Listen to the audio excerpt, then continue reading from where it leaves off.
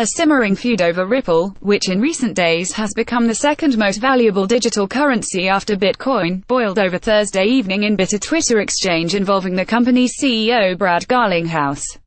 The fight erupted after Nate Popper, a New York Times journalist and author of a popular book on Bitcoin, suggested that Ripple's currency, technically known as XRP, is simply a tool for speculation and has little purpose in the real world. Popper backed this up by claiming that bankers are not using XRP, a damning assertion, if true, since Ripple contends banks are embracing its currency as a part of a larger shift away from the legacy money transfer system known as SWIFT. Here's what Popper said. Garlinghouse pounced in response, claiming that Popper had his facts wrong and listing a series of alleged rebuttals from others in the banking industry. He also accused Popper of journalistic malpractice by failing to speak to available sources who would allegedly have disproved his assertions. Update: Popper replied on Friday, explaining he had not initially been able to reach the Ripple sources but has since done so.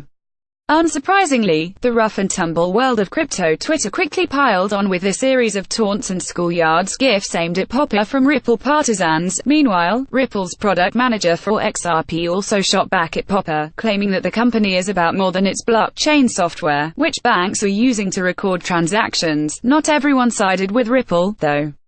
A Twitter user in Canada responded by asking Garlinghouse to provide evidence, using the public blockchain ledger where XRP transactions are recorded, that banks are indeed using the currency.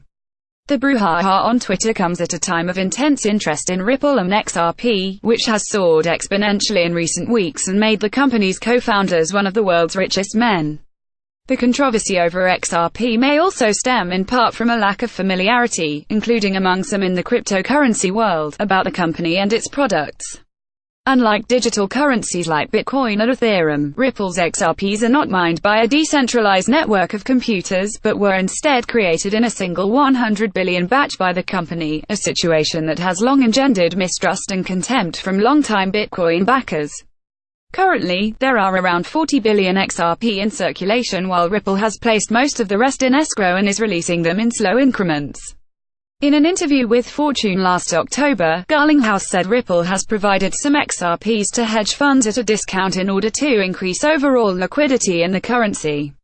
Meanwhile, the company has also licensed its blockchain technology to credit card giant American Express AXP. As for its relationship with banks, more than 100 of which have signed on to use Ripple's software products, it remains unclear to what extent these partnerships will involve the use of XRP. Garlinghouse argues that XRP will be an integral part of the money transfer and market-making process, while skeptics question whether the use of XRP is a superfluous and unnecessary step.